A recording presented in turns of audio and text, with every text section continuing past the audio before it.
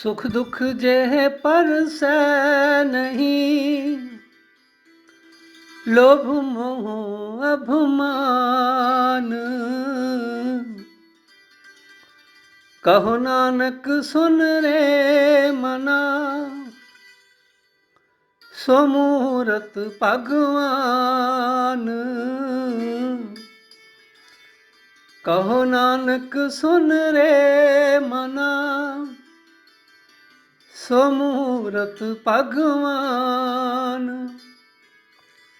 गुरु सवारे गुरु दुलारे सत्संगी जनों, बड़े प्यार ਅਤੇ ਅਦਬ ਨਾਲ ਫਤਿਹ ਪ੍ਰਵਾਨ ਕਰੋ ਜੀ। ਵਾਹਿਗੁਰੂ ਜੀ ਕਾ ਖਾਲਸਾ, ਵਾਹਿਗੁਰੂ ਜੀ ਕੀ ਫਤਿਹ।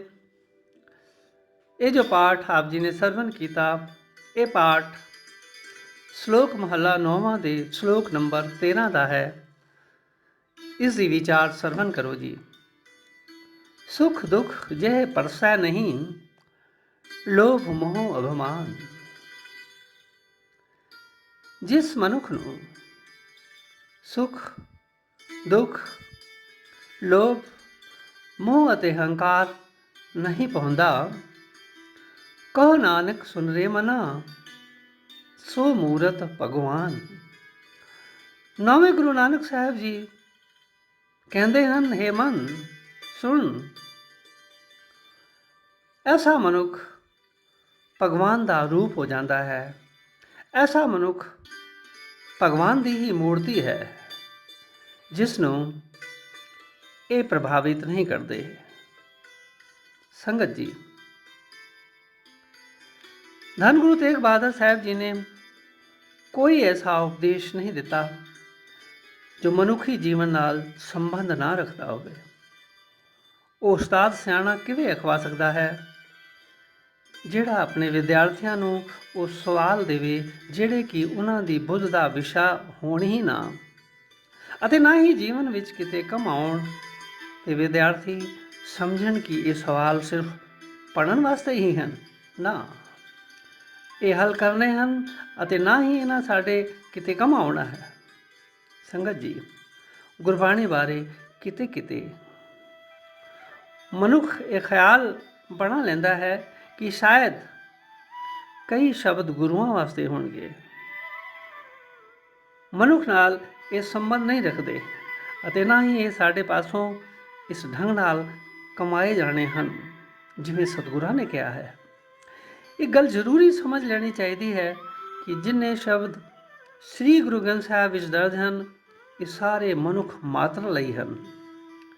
ਇਸ ਉਪਦੇਸ਼ ਨੂੰ ਹਰ ਮਨੁੱਖ ਸੁਣ ਸਕਦਾ ਹੈ, ਸਮਝ ਸਕਦਾ ਹੈ, ਕਾਲਣਾ ਕਮਾਈ ਕਰ ਸਕਦਾ ਹੈ,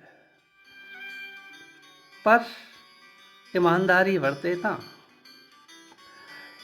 ਇਸ ਸ਼ਬਦ ਵਿੱਚ ਇੱਕ ਪੂਰਨ ਪੁਰਖ ਦਾ ਚਿੱਤਰ ਚਿਤਰਿਆ ਹੈ ਕਿ ਉਸ ਮਨੁੱਖ ਦੇ ਦਰਸ਼ਨ ਕੀਤਿਆਂ ਰੱਬ ਦੇ ਦਰਸ਼ਨ ਹੁੰਦੇ ਹਨ, ਜਿਸ ਨੂੰ ਸੁੱਖ ਦੁੱਖ ਨਹੀਂ ਪਾਉਂਦੇ, ਜਿਸ ਨੂੰ ਲੋਭ ਮੋਹ ਹੰਕਾਰ ਨਹੀਂ ਪਾਉਂਦਾ।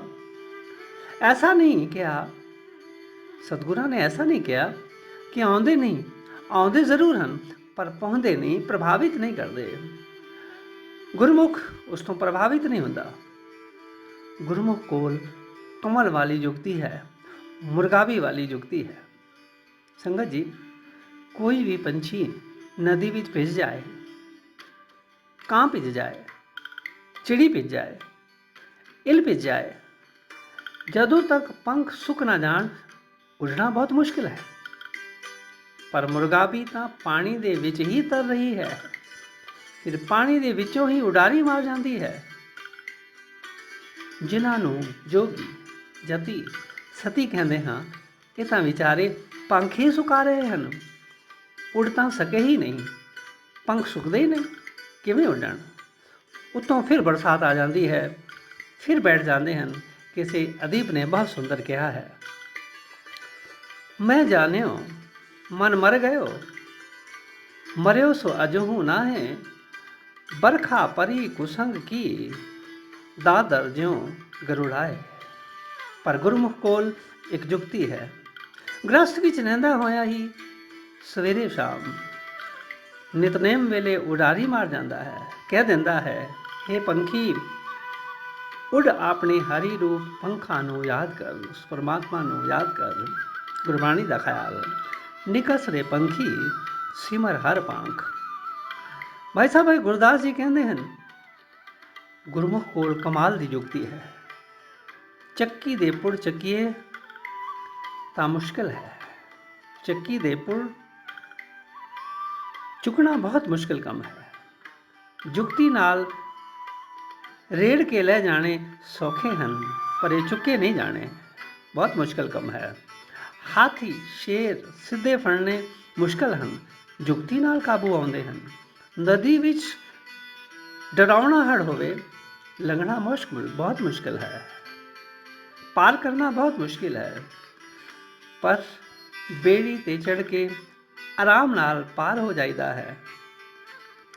ਦੁੱਖ ਸੁੱਖ ਹੋਣ, ਦੁੱਖ ਸੁੱਖ ਹੈਣ ਤਾਂ ਬੜੇ ਬਿਖਮ, ਪਰ ਸੰਗਤ ਜੀ, ਭਾਈ ਸਾਹਿਬ ਜੀ ਕਹਿੰਦੇ ਹਨ, ਗੁਰੂ ਉਪਦੇਸ਼ ਨਾਲ ਮਨੁੱਖ ਕਵਲ ਵਾਂਗੂ ਨਿਰਾਲਾ ਰਹਿ ਜਾਂਦਾ ਹੈ, ਇਹਨਾਂ ਤੋਂ ਪਾਰ ਹੋ ਜਾਂਦਾ ਹੈ।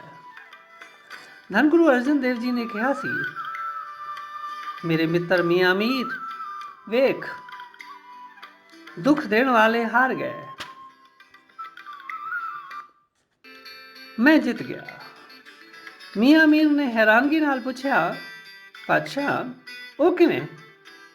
ਧੰਨ ਗੁਰੂ ਅਰਜਨ ਦੇਵ ਪਾਤਸ਼ਾਹ ਜੀ ਕਹਿਣ ਲੱਗੇ, ਵੇਖ ਮੀਆਂ ਮੀਰ, ਲੋ ਤਪ ਗਈ, ਰੇਤਾ ਤਪ ਗਈ, ਅਤੇ ਜਹਾਂਗੀਰ ਤੋਂ ਲੈ ਕੇ ਮੁਰਤਜ਼ਾ ਖਾਂ ਤੱਕ ਸਾਰੇ ਤਪ ਗਏ, ਪਰ ਜਿਸ ਨੂੰ ਤਪਾਉਣ ਲਈ ਸਾਰਾ ਪ੍ਰਬੰਧ ਕੀਤਾ, ਉਹ ਅਰਜਨ ਦੇਵ ਤਾਂ ਤਪਿਆ ਨਹੀਂ। ਧੰਨ ਗੁਰੂ ਅਰਜਨ ਦੇਵ ਪਾਤਸ਼ਾਹ ਜੀ ਬਖਸ਼ਿਸ਼ ਕਰਦੇ ਹਨ, ਦੀਨ ਦਇਆਲ ਕਿਰਪਾਲ ਪ੍ਰਭ ਨਾਨਕ, ਸਾਧ ਸੰਗ ਮੇਰੀ ਜਲਨ ਬੁਝਾਈ। ਛਾਤੀ ਸੀਤਲ ਮਨ ਸੁਖੀ, ਛੰਤ ਗੋਬਿੰਦ ਗੁਣ ਗਾਏ। ਸੰਗਤ ਜੀ, ਦੁੱਖ ਸੁੱਖ ਆਉਂਦੇ ਹਨ, ਪਰ ਮਨ ਆਤਮਾ ਤੱਕ ਨਹੀਂ ਪਹੁੰਚਦੇ, ਸਰੀਰ ਤੱਕ ਹੀ ਖਤਮ ਹੋ ਜਾਂਦੇ ਹਨ। ਐਸੇ ਮਨੁੱਖ ਦੀ ਆਤਮਾ ਤੱਕ ਇਹ ਸੁੱਖ ਦੁੱਖ ਲੋਭ ਮੋਹ ਹੰਕਾਰ ਨਹੀਂ ਪਹੁੰਚਦੇ। ਪਰ ਇਸ ਅਵਸਥਾ ਨੂੰ ਪਹੁੰਚੇਗਾ ਕੌਣ? ਪਹੁੰਚੇਗਾ ਉਹ ਪਹੁੰਚੇਗਾ ਜਿਹੜਾ ਮਨੁੱਖ ਆਤਮਕ ਜੀਵਨ ਜਿਉਂਦਾ ਹੋਵੇ। ਐਸੇ ਗੁਰਮੁਖ ਵਾਸਤੇ ਹੀ ਧੰਨ ਗੁਰੂ ਤੇਗ ਬਹਾਦਰ ਸਾਹਿਬ ਜੀ ਨੇ ਫਰਮਾਇਆ ਹੈ, ਜੋ ਨਰ ਦੁਖ ਮੈਂ ਦੁਖ ਨਹੀਂ ਮਾਨੈ, ਸੁਖ ਸਨਹਿ ਅਰ ਪਹਿਨੀ ਜਾਕੈ, ਕੰਚਨ ਮਾਟੀ ਮਾਨੈ। ਨਹਿੰਦਿਆ ਨੇ ਉਸਤਰ ਜਾਕੈ, ਲੋਭ ਮੋਹ ਅਭਮਾਨਾ, ਹਰਕ ਸੋਖ ਤੇ ਰਹਿ ਨਿਆਰੋ, ਨਾਹੇ ਮਾਨ ਅਪਮਾਨਾ। ਆਸਾ ਮਨਸਾ ਸਗਲ ਤਿਆਗੈ, ਜਗ ਤੇ ਰਹਿ ਨਿਰਾਸਾ, ਕਾਮ ਕ੍ਰੋਧ ਜੇ ਪਰਸੈ ਨਾਹਨ, ਤੇ ਘਟ ਬ੍ਰਹਮ ਨਿਵਾਸਾ। ਗੁਰ ਕਿਰਪਾ ਜੇ ਨਰਕੋ ਕੀਨੀ, ਤੇ ਇਹ ਜੁਗਤ ਪਛਾਨੀ, ਨਾਨਕ ਲੀਨ ਭਇਓ ਗੋਬਿੰਦ ਸਿਉ, ਜਿਉ ਪਾਣੀ ਸੰਗ ਪਾਣੀ। ਜਿਸ ਦੇ ਉੱਪਰ ਗੁਰੂ ਦੀ ਬਖਸ਼ਿਸ਼ ਹੋ ਜਾਏ, ਉਸ ਨੂੰ ਸੁੱਖ ਦੁੱਖ ਲੋਭ ਮੋਹ ਹੰਕਾਰ ਪ੍ਰਭਾਵਿਤ ਨਹੀਂ ਕਰਦੇ। ਸੱਚਿਆਰਾਂ ਕੋਲ ਵੀ ਮੋਹ ਆਉਂਦਾ ਹੈ। ਮੋਹ ਨੇ ਕਿਹਾ, ਗੱਦੀ ਪੁੱਤਰਾਂ ਨੂੰ ਦਿਓ, ਪਰ ਸੱਚੇ ਨੇ ਕਿਹਾ ਨਹੀਂ, ਸੇਵਕ ਨੂੰ ਮਿਲੇਗੀ, ਭਾਈ ਸਾਹਿਬ ਭਾਈ ਲਹਿਣੇ ਨੂੰ ਮਿਲੇਗੀ। ਮੋਹ ਕਹਿ ਰਿਹਾ ਸੀ ਕਿ ਚਮਕੌਰ ਵਿੱਚੋਂ ਪੁੱਤਰ ਨਾਲ ਲੈ ਜਾਣ, ਪਰ ਸੱਚ ਕਹਿ ਰਿਹਾ ਸੀ ਨਹੀਂ, ਇਹ ਕੁਰਬਾਨ ਕਰਨੇ ਹਨ, ਮੇਰੇ ਨਾਲ ਤਾਂ ਪਿਆਰੇ ਹੀ ਜਾਣਗੇ। ਗੁਰਮੁਖ ਦੇ ਹਿਰਦੇ ਵਿੱਚ ਮਾਨ ਉਲਟ ਕੇ ਨਾਮ ਬਣ ਜਾਂਦਾ ਹੈ। ਇਸ ਭਗਵਾਨ ਵਰਗੀ ਮੂਰਤੀ ਵਿੱਚ ਇੱਕ ਕਮਾਲ ਕਲਾ ਹੈ। ਐਸਾ ਮਨੁੱਖ ਸੁੱਖ ਦੁੱਖ ਲੋਭ ਮੋਹ ਹੰਕਾਰ ਵਿੱਚ ਕਈ ਵਾਰ ਜਾਪਦਾ ਹੈ, ਪਰ ਸੰਗਤ ਜੀ ਇਹ ਹੁੰਦਾ ਨਹੀਂ, ਇਹ ਇਹਨਾਂ ਤੋਂ ਬਹੁਤ ਦੂਰ ਹੁੰਦਾ ਹੈ। ਐਸੇ ਮਨੁੱਖ ਨੂੰ ਇਹ ਪ੍ਰਭਾਵਿਤ ਨਹੀਂ ਕਰਦੇ। ਬਾਹਰ ਠਾਠਾ ਬਾਗਾ ਹੁੰਦਾ ਹੈ, ਪਰ ਅੰਦਰੋਂ ਸਾਚ ਨਾਮ ਮੇਰਾ ਮਨ ਲਾਗਾ, ਲੋਗਨ ਸਿਉ ਮੇਰਾ ਠਾਠਾ ਬਾਗਾ। हे ਵਾਹਿਗੁਰੂ, ਤੂੰ ਬਖਸ਼ਿਸ਼ ਕਰ, ਇਸ ਸੰਸਾਰ ਦੇ ਅੰਦਰ ਸਾਰੇ ਮਨੁੱਖ ਐਸੇ ਹੋ ਜਾਣ ਜਿਨ੍ਹਾਂ ਨੂੰ ਸੁੱਖ ਦੁੱਖ ਲੋਭ ਮੋਹ ਅਭਿਮਾਨ ਪ੍ਰਭਾਵਿਤ ਨਾ ਕਰ ਸਕੇ, ਤਾਂ ਕਿ ਇਹ ਸੰਸਾਰ ਨਿਰੰਕਾਰ ਦਾ ਰੂਪ ਹੋ ਜਾਏ। ਵਾਹਿਗੁਰੂ ਜੀ ਕਾ ਖਾਲਸਾ, ਵਾਹਿਗੁਰੂ ਜੀ ਕੀ ਫਤਿਹ।